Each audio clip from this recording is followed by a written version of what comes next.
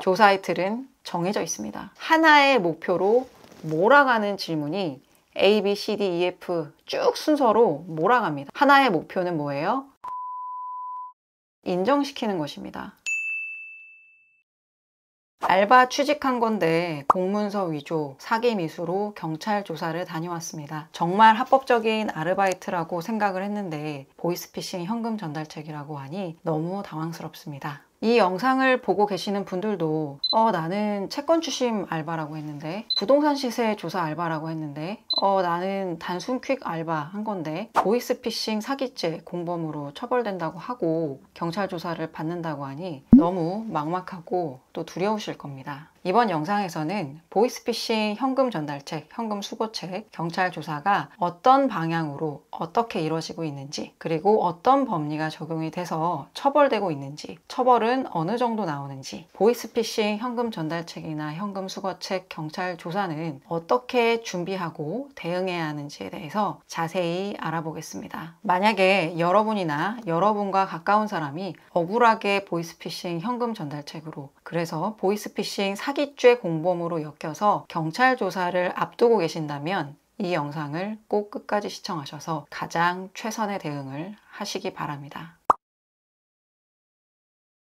보이스피싱 현금 전달책으로 체포되거나 경찰 조사 앞두신 분들 대부분이 나는 이게 보이스피싱인지도 전혀 몰랐다. 아니 그런 내가 보이스피싱범, 사기범이라니 너무 억울합니다 라고 말씀하십니다. 심지어 가족분들은 우리 아이는 피해자입니다 라고 말씀하시는 분들도 많아요. 내 아이는 그냥 아르바이트 경험을 쌓으려고 그 알바를 한 건데 정말 이 아이는 열심히 공부하고 성실히 알바도 하고 그런 아이인데 아니 무슨 보이스피싱범이냐, 우리 아이는 피해자입니다 라고 말씀을 하십니다. 그런데 지금 감옥에 있는 수용자들의 60% 이상이 보이스피싱 현금 전달책으로 구속된 분들이 많습니다. 그 정도로 보이스피싱 현금 전달책으로 많이 구속이 되세요. 정말 너무 억울하시겠지만 이런 현실을 직시해야 합니다. 그래야 어떻게 하면 현명하게 대응할 수 있는지 그 대응 방법을 알 수 있으니까요.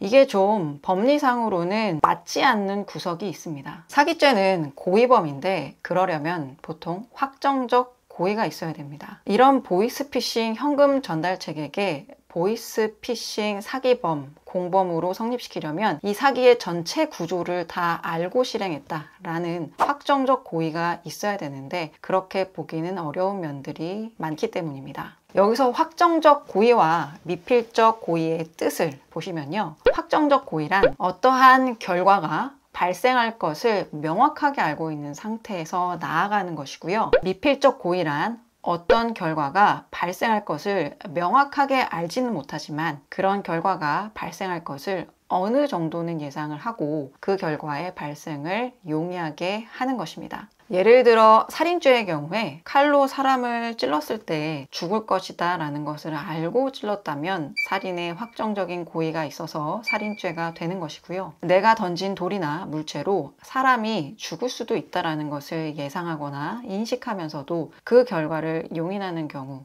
살인의 미필적 고의가 있다고 인정해서 살인죄가 성립되는 것입니다. 그런데 보이스피싱 현금 전달책의 경우는요. 이들도 조직원들로 하여금 이것이 정상적인 알바인 것처럼 완전히 속은 상태이기 때문에 이것이 사기죄의 일부를 수행하고 있다는 것을 인지하지 못하는 경우가 매우 많습니다. 보이스피싱 현금 전달책은 이 알바가 취업 과정이라고 생각하기 때문에 주민등록 등본이나 가족관계 증명서도 제출하고요. 실거주지 주소도 보냅니다. 본인의 현재의 착장을 알 수 있게 현재 사진도 찍어 보내요. 심지어 자기 부모님 연락처도 비상 연락망을 위해서 보냅니다. 그런 상태에서 채권 추심 알바나 경매 입찰 보증금 대행 알바나 부동산 시세조사, 부동산 임장조사 여러 가지 다양합니다. 이런 알바라고 하고 그리고 회사도 현존하는 회사 사업자 등록증도 보내주니까 정상적인 알바라고 믿을 수밖에 없는 것이죠. 이런 보이스피싱 현금 전달책은 돈을 주는 사람이 고객인 줄로만 압니다. 그런데 그 고객은 여러 가지 사유로 속아서 돈을 주러 나온 사람이죠.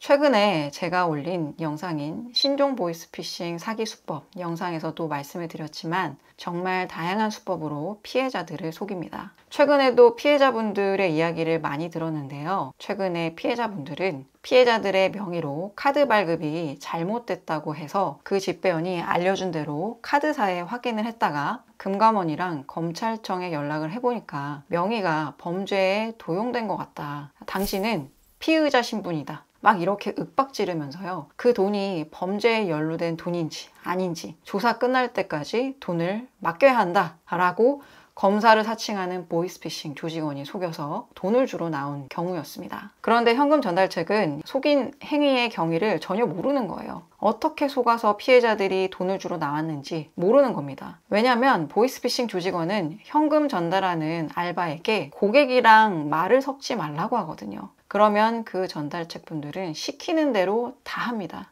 그리고 반대 입장인 피해자분들에게도 막 겁박을 하면서 당신 피의자야 하면서 빨리 돈을 전달해야 한다 라고 하니까 현금 전달책과 피해자 사이에 만나서 서로 대화가 거의 없는 거예요. 어째서 각자 여기서 이렇게 돈을 주고 돈을 받고 이렇게 됐는지 서로 전혀 모르는 겁니다. 이런 식으로 양쪽을 다 속입니다. 그래서 현금 전달책은 보이스피싱 사기의 전체 구조에 대해서는 알 수가 없는 구조입니다. 하지만 경찰이나 검찰 같은 수사기관이나 법원은 이런 보이스피싱 현금 전달책을 정책적으로 처벌을 하고 있습니다. 그것도 매우 강하게 처벌하고 있어요. 그리고 거기에 쓰이는 법리가 이 미필적 고의라는 법리입니다. 이게 무언가 불법적인 일이다 라는 이상함을 감지했다. 즉 불법성에 대한 예측 가능성 또는 불법적이어도 나는 돈을 벌어야 되는, 그래서 그 불법성을 약간 용인하는 그런 정도의 인지, 그것을 미필적 고의라고 해서 이러한 전체 보이스피싱 사기죄의 공범으로 엮어서 처벌하는 것입니다.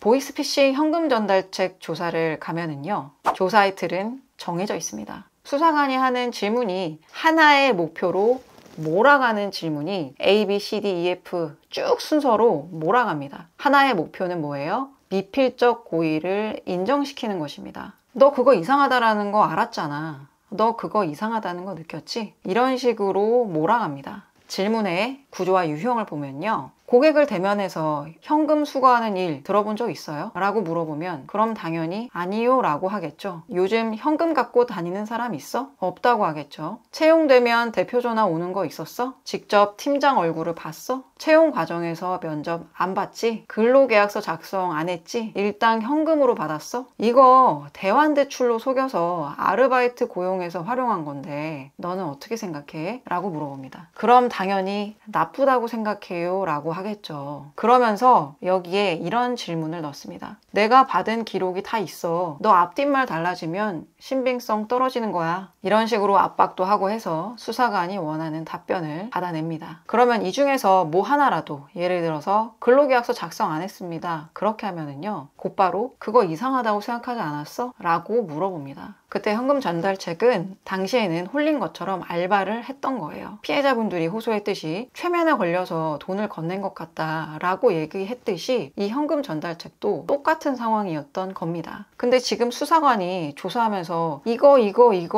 이상하지 않아? 라고 물어보면 조사받을 때는 그게 이상한 것 같거든요. 그러니까 예, 이상한 것 같습니다 라고 대답을 하게 됩니다. 그럼 그렇게 말을 하는 순간 미필적 고의로 엮여져서 보이스피싱 사기죄 공범으로 바로 송치되게 되는 겁니다. 이런 보이스피싱 현금 전달책 수사관의 질문에 대한 대답은요, 내가 그 당시 취업을 했다라고 생각했던 그 당시에 느꼈던 것을 기준으로 대답을 해야 됩니다. 그 당시에는 이상함을 느끼지 못했었잖아요. 보이스피싱 모집책이 워낙 교묘하게 정상적인 알바인 것처럼 속이니까. 근데 보이스피싱 조사를 받게 되면 그렇게 말을 하는 게 쉽지는 않습니다. 왜냐하면 수사관들은 아까도 말했지만 하나의 목표를 향해서 질문이 이미 촘촘하게 설계가 되어 있기 때문에 뭐 하나만 예 그렇습니다 라고 하면 그걸 가지고 계속 물고 늘어지게 되어 있습니다. 조금 괴롭힌다 싶을 정도로 물고 늘어집니다. 그래서 그때 정신을 잘 차려서 자신의 억울함을 정말 잘 소명을 해야 됩니다. 보이스피싱 현금 전달책은 무죄가 나오는 것은 어렵습니다. 현실적으로 어렵습니다. 법리적으로 이게 그렇게 맞지는 않아도 이걸 정책적으로 다 처벌을 하고 있어요. 왜냐하면 보이스피싱 총책이나 관리책의 본거지가 해외에 있고 이들을 잡기가 어렵습니다. 수사기관이 보이스피싱 주범을 잡기가 어려운데 보이스피싱 피해는 계속 늘어나고 있으니까 이 전체 범죄의 구조 중에 하나이자 연결고리인 현금 전달책을 강하게 처벌하고 있는 거예요. 수사기관도 법원도 어쩔 수 없이 보이스피싱 범죄 피해 확대를 방지하기 위해서 이렇게 하고 있는 겁니다. 그래서 현금 전달책은 현실적으로 처벌을 피하기가 어렵습니다. 그럼 이런 현금 전달책 어떤 처벌을 받느냐? 보통 우리가 사기죄 1억 피해 금액 내외면은 1년에서 2년 사이에 징역형이 나옵니다. 근데 현금 전달책은 그냥 2천만 원, 3천만 원 전달하지 않잖아요. 해도 여러 건 하게 되고 한 건에 수천만 원이니까 피해 금액은 보통 수억 원이 됩니다. 그러다 보니까 보통 현금 전달책은 검사의 구형이 3년에서 5년, 법원 선고는 2년 내외 이렇게 나옵니다. 그리고 좀 더 오래 하고 금액도 크다 이런 경우에는 3년 이상이 나오기도 합니다.